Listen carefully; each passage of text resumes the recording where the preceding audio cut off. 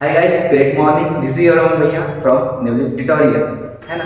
Last class में अपन ने देखे थे डिपॉजिटरी का इंट्रोडक्शन एंड मीनिंग, बट वहां पे कुछ बच्चों को डाउट्स थे, है ना। उसी को क्लियर करने के लिए आज मैं आया हूं डिपॉजिटरी का एक इंट्रोडक्शन वीडियो लेकर, जो इन डिटेल रहेगा, जिसे आप किसी मतलब 12th क्लास के लिए ही नहीं है ये, आप कोई भी देख सकते हो, छोटे से छोटा या तो बड़े से बड़ा पर्सन भी इसे देख सकता है।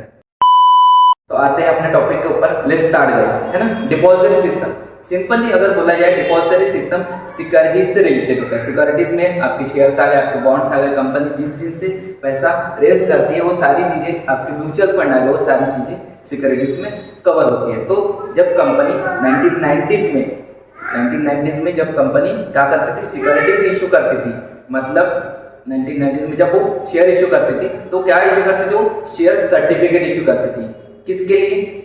शेयर का टाइटल बताने के लिए, मतलब शेयर की ओनरशिप रिप्रेजेंट करने के लिए कंपनी क्या करती है, एक फिजिकल सर्टिफिकेट इशू करती थी। फिजिकल मतलब आपको एक पेपर दिया जाता था, है ना। तो आपको वहां पे क्या है, अगर आपको ट्रेडिंग करनी है, मतलब शेयर खरीदना है, शेयर बेचना है, तो आपको क्या करना पड़ता था, फिजिकली प्रेजेंट रहना पड़ता था स्टॉक एक्सचेंज में। जैसे बीएससी हो गया, एनएससी हो गया, तो वहां पे आपको क्या करना पड़ता, फिजिकली प्रेजेंट रहना पड़ता था। अगर आपको स्टॉक बेचने है, आपके शेयर्स बेचने हैं, तो आपको फिजिकली प्रेजेंट रहना पड़ता है। उसको ही ओपन क्रेज सिस्टम बोला जाता है। क्या बोला जाता है? ओपन क्रेज सिस्टम बोला जाता है। But due to globalisation, India ने क्या किया था, 1992 में एलपीजी पॉलिसी लाई थी, वहीं पर ही ग्लोबलाइजेशन कंसेप्ट लाया था। ग्लोबलाइजेशन कंसेप्ट मतलब क्या होता है, इंडियन कंपनी को ग्लोबल लेवल पे रिप्रेजेंट करने के लिए अलाउ करना। तो इंडिया ने क्या किया था, ग्लोबलाइजेशन इंट्रोड्यूस किया था इंडियन इकोनॉमी में। और क्या किया था, रिवैल्यूएशन हुआ था इंडियन आईटी सेक्टर का। इंडियन आईटी सेक्टर मतलब इंफॉर्मेशन टेक्नोलॉजी का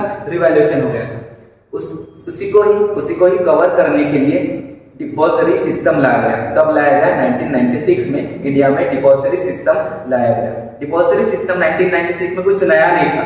1947 में अगर ग्लोबली बुलाया तो 1947 में फर्स्ट टाइम जर्मनी में डिपॉजिटरी सिस्टम को इंट्रोड्यूस किया गया था। डिपॉजिटरी सिस्टम क्या होता है, जैसे कि अगर आप एक इन्वेस्टर, तो आपके पास सिक्योरिटीज रहेगी, बट 1990s में क्या होता था, वो फिजिकल फॉर्म में रहता था। बट 1996 के बाद इंडिया में सारी सिक्योरिटीज क्या हो गई थी, इलेक्ट्रॉनिक फॉर्म में हो गई थी। कैसे हो गई थी? डिपॉजिटरी सिस्टम के कारण। डिपॉजिटरी सिस्टम क्या होता है, अगर आप इन्वेस्टर हो, आपके पास सिक्योरिटीज रहेगी, डिपॉजिटरी सिस्टम क्या करेगा, डिपॉजिटरी क्या करेगा, आपकी सिक्योरिटीज को क्या करेगा, इलेक्ट्रॉनिक फॉर्म में कन्वर्ट करेगा और अपने पास होल्ड करेगा। तो पोजीशन किसके पास रहेगा? डिपॉजिटरी के पास रहेगा। इंडिया में कौन सी डिपॉजिटरीज है? सीडीएसएल है और एनएसडीएल है। दो रजिस्टर्ड डिपॉजिटरी है इंडिया में, है ना। डिपॉजिटरी, अगर आपको डिपॉजिटरी इंस्टीट्यूशन बनाना है, या तो खोलना है, या तो फॉर्मेशन करना है, तो आपको कंपनीज एक्ट में रजिस्टर होना पड़ेगा। डिपॉजिटरीज एक्ट 1996 में रजिस्टर होना पड़ेगा। ऐसे कोई भी इंस्टीट्यूशन डिपॉजिटरी नहीं बन सकता है। तो सीडीएसएल और एनएसडीएल के पास लाइसेंस है। कंपनीज एक्ट 2013 ने उसको अलाउ किया है, कंपनीज एक्ट 1956 ने उसको अलाउ किया है, डिपॉजिटरीज एक्ट 1996 ने उसको अलाउ किया है एज ए डिपॉजिटरी वर्क करने के लिए। डिपॉजिटरी ने क्या किया है, फिजिकल मूवमेंट जो है शेयर्स की, जैसे आपको बेचना है, आपको खरीदना है, तो पहले क्या होता था, आपको प्रेजेंट रहना पड़ता था, मतलब एनएससी में और बीएससी में आपको क्या करना पड़ता था, फिजिकली प्रेजेंट रहना पड़ता था। उसको क्या किया डिपॉजिटरी सिस्टम ने, डिस्पेंस किया, मतलब हटा दिया। डिस्पेंस किया, क्या किया, डिस्पेंस किया, हटा दिया। आपको अपने मोबाइल के, आपके जो भी डिवाइस है, आपको मोबाइल बोलिए, आप लैपटॉप बोलिए, आप एक क्लिक में आप क्या कर सकते हो, अपने शेयर्स को, अपने स्टॉक को, अपने सिक्योरिटीज को क्या कर सकते हो, सेल कर सकते हो। इसी को स्क्रिप्टलेस ट्रेडिंग सिस्टम बोला जाता है। समझते? एक एग्जाम्पल से, आपने अपने चैनल पे सूरज सर की वीडियो देखा होगा, निकेश सर की वीडियो देखे होंगे। सूरज सर का एक चैनल है, सूरज भारद्वाज करके, वहां पे आप उनके इकोनॉमिक्स के लेक्चर देख सकते हो, रेफर कर सकते हो, है ना। तो निकेश सर और सूरज सर क्या है, दो फ्रेंड है। अपने एग्जांपल में क्या है, दोनों फ्रेंड है। ऐसे रियल लाइफ में फ्रेंड है। जो न्यूलिफ ट्यूटोरियल क्लास है उन्होंने स्टार्ट किया, मतलब वो डायरेक्टर फाउंडर है ना। तो निकेश सर, सूरज सर जो अपने एग्जांपल के पात्र है, उनको क्या करना है, रिलायंस इंडस्ट्री में क्या करना है, स्टॉक खरीदने, शेयर्स खरीदने, दोनों को बिजनेस शेयर खरीदने। तो उन्होंने क्या किया, कुछ रिसर्च किया, उनको पता चला कि हाँ, अभी जो प्रेजेंट टाइम है, अभी फिजिकल शेयर नहीं मिलते हैं, कंपनी फिजिकल शेयर इश्यू करती है क्या? नहीं, कंपनी क्या करती है? इलेक्ट्रॉनिक फॉर्म में शेयर इश्यू करती है। तो इलेक्ट्रॉनिक फॉर्म में कैसे करती है? तो उनको पता चला कि हाँ, अपने को एक डीमैट अकाउंट खोलना पड़ेगा। कौन सा account? Demat account. Demat account क्या होता है? बैंक अकाउंट जैसे सेम होता है। जैसे बैंक अकाउंट में आप अपना पैसा डालते हो, वैसे डीमैट अकाउंट में आपका सिक्योरिटी मतलब स्टोर रहती है। इतना समझा? इतना क्लियर है? तो उन्होंने कुछ रिसर्च किया, उनको पता चला कि हाँ, हमें डीमैट अकाउंट बनाना पड़ेगा। तो डीमैट अकाउंट कैसे बनाएंगे? उनको डिपॉजिटरी के पास जाना पड़ेगा। इंडिया में कौन सी डिपॉजिटरी है? लास्ट में मैंने बताया, CDSL और NSDL। तो उनके पास जाना पड़ेगा। उनके पास डायरेक्टली अप्रोच कर सकते हैं क्या? नहीं।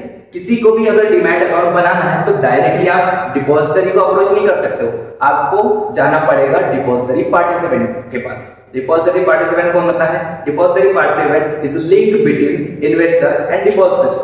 डिपॉजिटरी पार्टिसिपेंट क्या होता है? It is a link between investor and depository. Investor को जोड़ने का काम करता है डिपॉजिटरी पार्टिसिपेंट। किसके साथ? डिपॉजिटरी के साथ। मतलब CDSL और NSDL को सूरज सर, निकेश सर कौन जोड़ेगा? डिपॉजिटरी पार्टिसिपेंट जोड़ेगा। जैसे आपने ग्रो ऐप सुना होगा, अपस्टॉक सुना होगा, अपन कुछ उनका प्रमोशन नहीं कर रहे हैं अपने वीडियो में, बट एज अ रेफर अपन उनका नाम यूज कर सकते हैं। तो ग्रो ऐप सुना होगा, ग्रो ऐप के थ्रू आप इन्वेस्टमेंट कर सकते हो। तो वहां पे जाकर आपको एक अकाउंट क्रिएट करना पड़ेगा।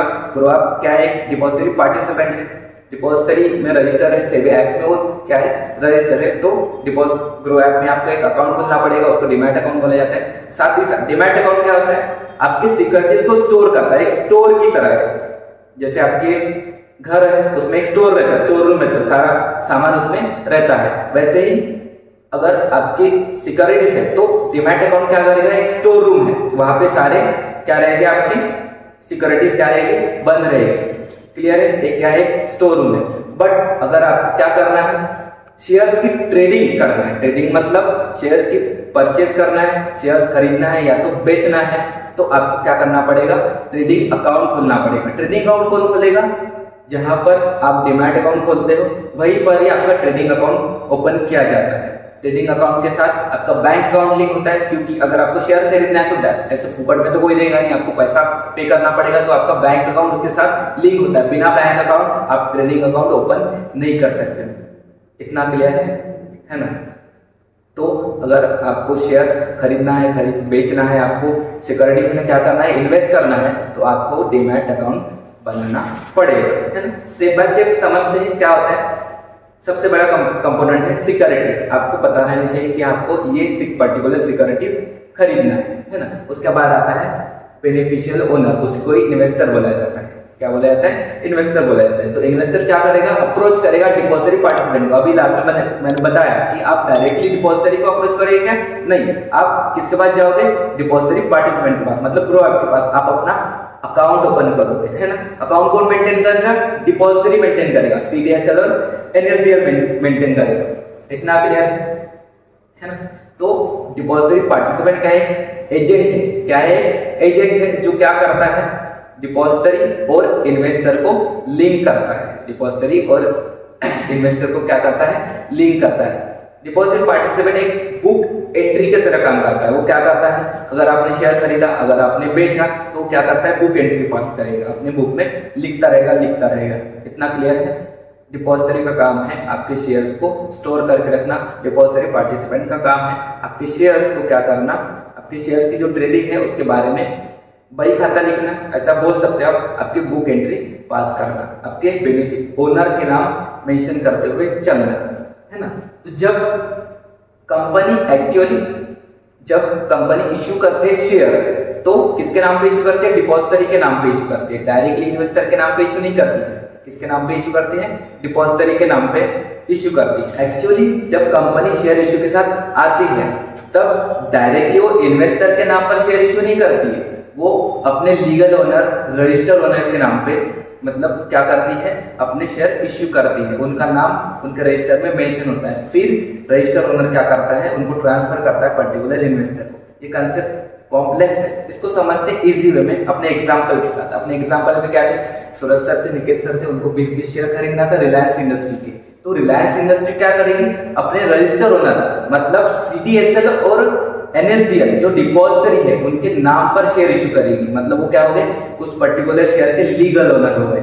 फिर वो लीगल ओनर मतलब डिपॉजिटरी क्या करेगी, डिपॉजिटरी पार्टिसिपेंट को क्या करेगी, डायरेक्शन देगी कि हाँ सूरज सर ने, निकेश सर ने 20-20 शेयर का ऑर्डर प्लेस किया था, उनके पर्टिकुलर डीमैट अकाउंट में क्या कर दो, आप शेयर क्रेडिट कर दो। आपको समझा, बुक एंट्री मैंने बताया था अभी, तो बुक एंट्री कौन करता है, डिपॉजिटरी पार्टिसिपेंट करता है। तो यही काम करता है, डिपॉजिटरी पार्टिसिपेंट को डायरेक्शन मिलता है डिपॉजिटरी से कि हाँ इन्होंने इतना क्या किया, ऑर्डर प्लेस किया, उन्होंने उतना ऑर्डर प्लेस किया, उतना क्रेडिट कर दो, उतना डेबिट कर दो। इतना समझा। तो डीमैट अकाउंट जो है वो कौन मेंटेन करेगा, डिपॉजिटरी मेंटेन करेगा। वहीं पर ही जो डेबिट क्रेडिट है पर्टिकुलर अकाउंट में, डीमैट अकाउंट में, वो कौन करेगा, डिपॉजिटरी पार्टिसिपेंट करेगा। यहाँ पे एक कंसेप्ट मिसिंग है। कौन सा कंसेप्ट, यहाँ पे कंसेप्ट आता है register and transfer agent. Register and transfer agent क्या होता है, रजिस्टर एंड ट्रांसफर एजेंट एक क्या है, एक मतलब आप उसको एक इंस्टीट्यूशन बोल सकते हो। वो क्या करती है, इन्वेस्टर का डेटा मेंटेन करती है, इन्वेस्टर का डेटा मेंटेन करती है on the behalf of issuer company. Issuer company मतलब जो कंपनी शेयर इशू कर रही है उनके बिहाफ में क्या करती है, उनका डेटा मेंटेन करती है। क्यों करती है, जैसे कंपनी को डिविडेंड बांटना पड़ता है, डिविडेंड एक प्रॉफिट का पोर्शन होता है ना, डिविडेंड प्रॉफिट का पोर्शन होता है जो कंपनी के शेयर होल्डर को मतलब ओनर को बांटना पड़ेगा, क्योंकि उन्होंने उनके कंपनी में पैसा लगाया है ना। तो जो डिविडेंड बांटना पड़ता है तो किसी भी इन्वेस्टर को दे देंगे क्या, नहीं, उनका डेटा मेंटेन होना चाहिए। तो डेटा मेंटेन कौन करता है, RTA करता है। RTA मतलब register and transfer agent. Register and transfer agent क्या करेगा, इन्वेस्टर्स का डेटा मेंटेन करेगा। जब भी कंपनी को डिविडेंड इश्यू करना है, जब भी कंपनी को बोनस शेयर इश्यू करना है, तब कंपनी क्या करेगी, उस डेटा के हिसाब से क्या करेगी, डिविडेंड इश्यू करेगी और बोनस शेयर उनके अकाउंट में डायरेक्टली ट्रांसफर करेगी। इतना क्लियर है। यहाँ पे आते हैं दो concept, dematerialisation and rematerialisation. Dematerialisation मतलब फिजिकल शेयर को कन्वर्ट करना इन द इलेक्ट्रॉनिक फॉर्म, और रीमटेरियलाइजेशन मतलब उल्टी प्रोसेस। रीमटेरियलाइजेशन मतलब क्या होता है, इलेक्ट्रॉनिक फॉर्म की शेयर को क्या करना, कन्वर्ट करना इनटू फिजिकल फॉर्म, है ना। छोटा सा कंसेप्ट है, आगे बढ़ते हैं। क्या था, constituents of depository system. Constituent मतलब कंपोनेंट्स क्या है डिपॉजिट सिस्टम में, मेनली 5 कंपोनेंट्स हैं। सबसे पहला कंपोनेंट्स है डिपॉजिटरी, उसके बाद आता है डिपॉजिटरी पार्टिसिपेंट, उसके बाद आता है बेनिफिशियल ओनर। बेनिफिशियल ओनर ही आपका इन्वेस्टर होता है। उसके बाद आता है इश्यूअर कंपनी, जो कंपनी क्या कर रही है, शेयर इश्यू कर रही है। और आता है RTA, register and transfer agent. अभी मैंने सारा कुछ बता दिया। समझते हैं डिपॉजिटरी क्या होता है, समझते हैं डिपॉजिटरी क्या होता है। डिपॉजिटरी एक इंस्टीट्यूशन है, रजिस्टर्ड इंस्टीट्यूशन है, govern under companies act 1956 and 2013 and govern under depository act 1996। Depository क्या होता है, एक बैंक अकाउंट की तरह काम करता है। बैंक अकाउंट क्या करता है, आपके पैसे को संभाल के रखता है। वैसे ही डिपॉजिटरी क्या करता है, आपके सिक्योरिटीज को संभाल के रखता है। इतना क्लियर है। ये कस्टोडियन होता है आपके सिक्योरिटीज का। कस्टोडियन मतलब आपके सिक्योरिटीज क्या करता है, संभाल के रखता है। तो लीगल ओनर कौन होता है, आपके शेयर्स का लीगल ओनर तो डिपॉजिटर होता है। और आप क्या होते हो, आप जो इन्वेस्टर हो, आप क्या होते हो, उसके बेनिफिशियल ओनर होते हो। बेनिफिशियल ओनर मतलब आपको सारे बेनिफिट हो गए। आप अगर डिविडेंड बांट रहे हैं तो आपको मिलेगा, अगर बोनस शेयर बांट रहे हैं तो आपको मिलेगा, है ना। डिपॉजिटरी को मिलेगा नहीं, डिपॉजिटरी को नहीं मिलेगा। वो क्या है, बस लीगल ओनर है। बेनिफिशियल अल्टीमेटली आप ही हो, है ना। डिपॉजिटरी पार्टिसिपेंट क्या होता है, एजेंट होता है, जो डिपॉजिटरी और इन्वेस्टर को क्या करता है, जोड़ने का काम करता है। डीमैट अकाउंट ओपन करता है, बुक एंट्री पास करता है, मतलब आप ट्रेडिंग करते हो तो सेल एंड परचेज की बुक एंट्री पास करते रहता है ना। बेनिफिशियरी ओनर मतलब आप इन्वेस्टर जो होते हैं वो क्या होते हैं, बेनिफिशियरी ओनर होते हैं। इश्यूअर कंपनी मतलब इश्यूअर कंपनी जो शेयर इश्यू करती है ना। उसके बाद आता है कंसेप्ट RTA का। RTA मतलब register and transfer agent. Register and transfer agent क्या करता है, इश्यूअर कंपनी के बिहाफ में क्या करता है, सारे इन्वेस्टर्स का डेटा मेंटेन करता है। आई होप आपको डिपॉजिटरी सिस्टम का सारा नॉलेज आया होगा। मैंने डिटेल में कवर करने की कोशिश की है। इंडिया में कितनी तरीके की डिपॉजिटरी सिस्टम है, CDSL है और NSDL है। 2 डिपॉजिटरी सिस्टम इंडिया में, CDSL और NSDL। इनके अलावा कोई डिपॉजिटरी सिस्टम मतलब कोई डिपॉजिटरी इंस्टीट्यूशन नहीं आई है ना। अगर ये वीडियो आपको यूजफुल लगती है मुझे कमेंट करके बताइए। नेक्स्ट वीडियो आपको किस टॉपिक के ऊपर चाहिए मुझे सजेशन दीजिए आपके कमेंट सेक्शन में। वीडियो को लाइक कीजिए, अगर चैनल पे नए हो तो सब्सक्राइब कीजिए। मिलते हैं नेक्स्ट वीडियो में, तब तक के लिए जय हिंद दोस्तों।